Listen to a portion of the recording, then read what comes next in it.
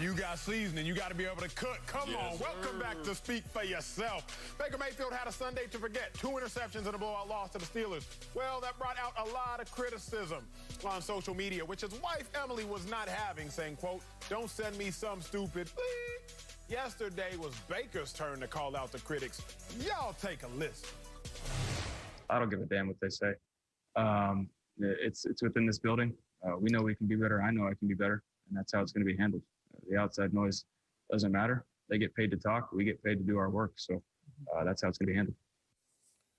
My dog, Greg Jennings, is back with us. Come back with the heat. But Marcellus, you up first. Is it a bad look that Baker clapped back at his critics? He was probably talking to you. Oh, he was talking to me. What's up, homie? What'd it do?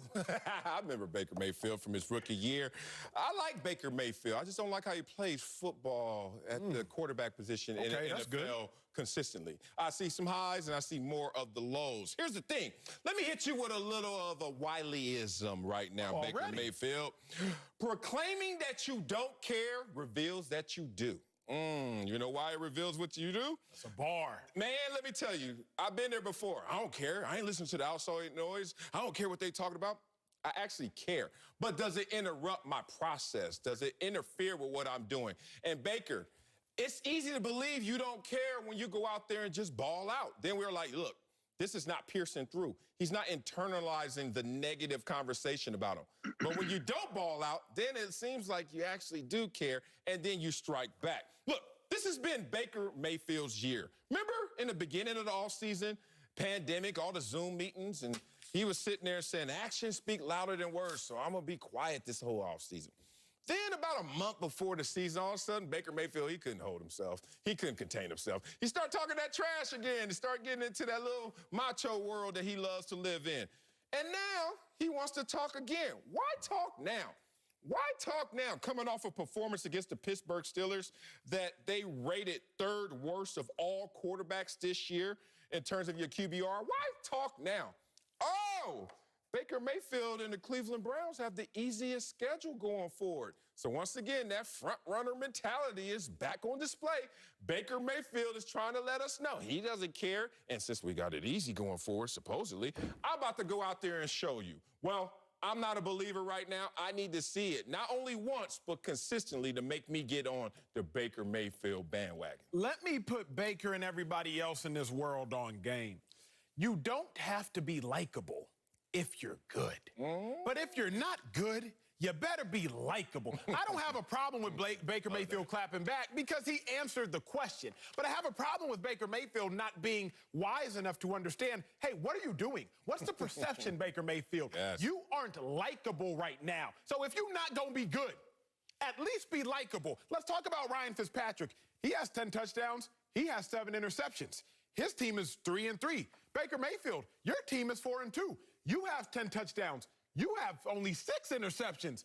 But don't nobody like you and everybody crying tears over Fitzpatrick. It's not because Fitzpatrick is really all that much better in helping his team get that much more success, although in some percentage categories Fitzpatrick is, but he is likable. I have an issue with Baker Mayfield. You can't be sorry and a prick. Baker, in college, I was riding for you. You was grabbing your crotch before the Kansas game. I was like, hey, do your thing. You about to win a Heisman. You were planting a flag on the field against Ohio State. Do your thing. They can't tell you nothing.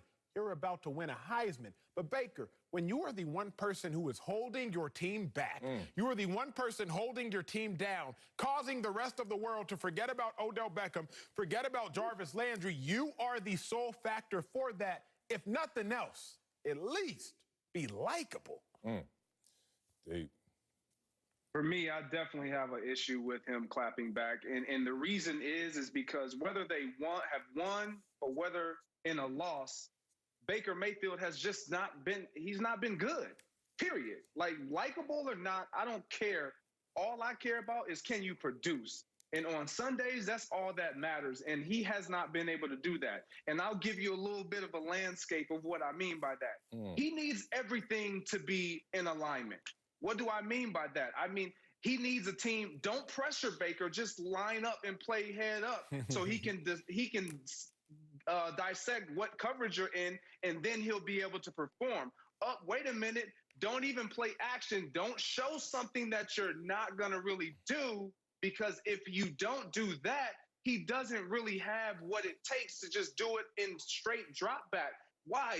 If you pressure him, he's 22.6 in his overall passer rating, one of the lowest in the league. Like, he cannot perform, and he hasn't shown that he can perform under pressure. Why do I mention this? Because now you lose. You lose to two teams in your division, and you don't just lose by an easy, close margin. You lose by a landslide, and you're under pressure because you know this was your year. This is your year to show up these two particular teams in Pittsburgh and the Ravens, and you come out on the end where you didn't do anything to help your team in trying to get them the win or a victory. So, Baker, if you're going to not say anything when you haven't played well, when you win, just be quiet, my man. Like, let your game speak. It's speaking a little too loud in the wrong direction right now.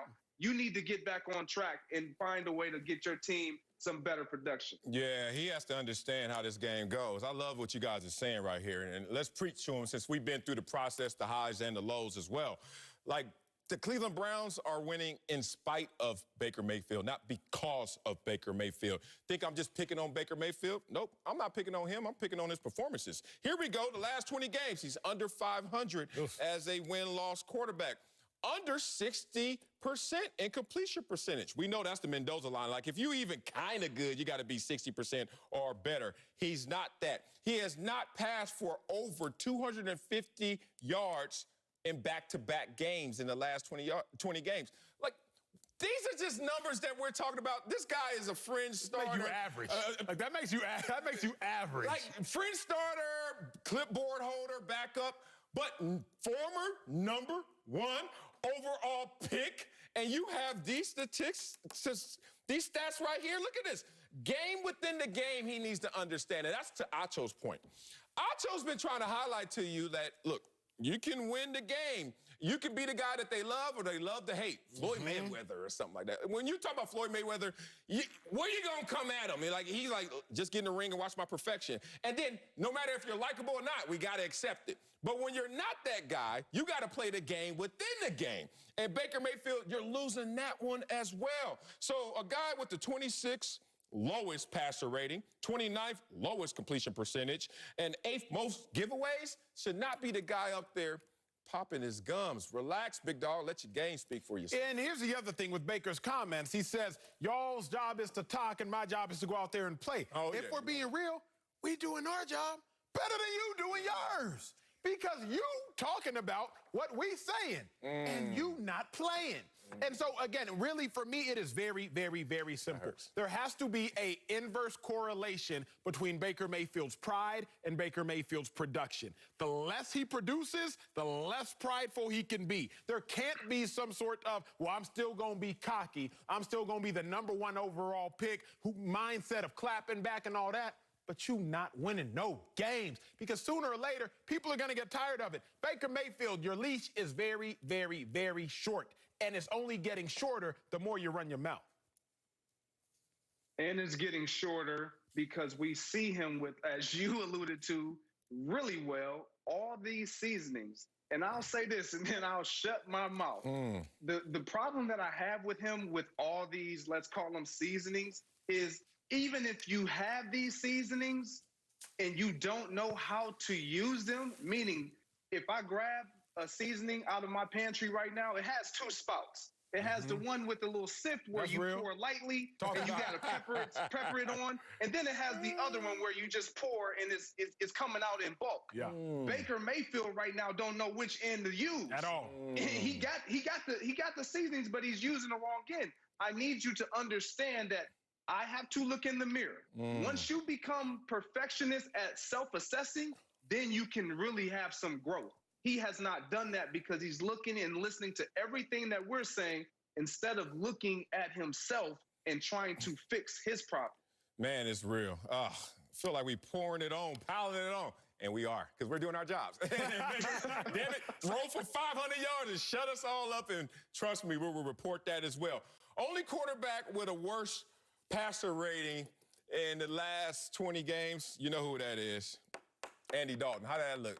How did that look when we saw Andy Dalton out there? Completion Why percentage. you drag Andy into I'm this? just saying. This was such a we great are all- segment. 'cause we're- Pouring it on the And we here you are- go. we- Now, Andy, come get these lashes, We too. are all in the moment of how bad Come on, Andy Sal. Dalton You looked, better and than then that, we want Sal. Baker Mayfield to understand some perspective in terms of completion God, percentage. dog. That said, when you have a offensive line like he has that was retooled in terms of draft, in terms of free agency, and Bill Callahan, when you have Pro Bowlers in the receiving Pro corps, Bowlers. Pro Bowlers in the running game, and you have beast on defense, Baker Mayfield, the excuses run dry, and all of a sudden, it all lands on your lap. Coming up in our big story, Mike McCarthy's coaching staff is being called out by his own players. We'll tell you if he could be one and done in Dallas. Next, speak for yourself.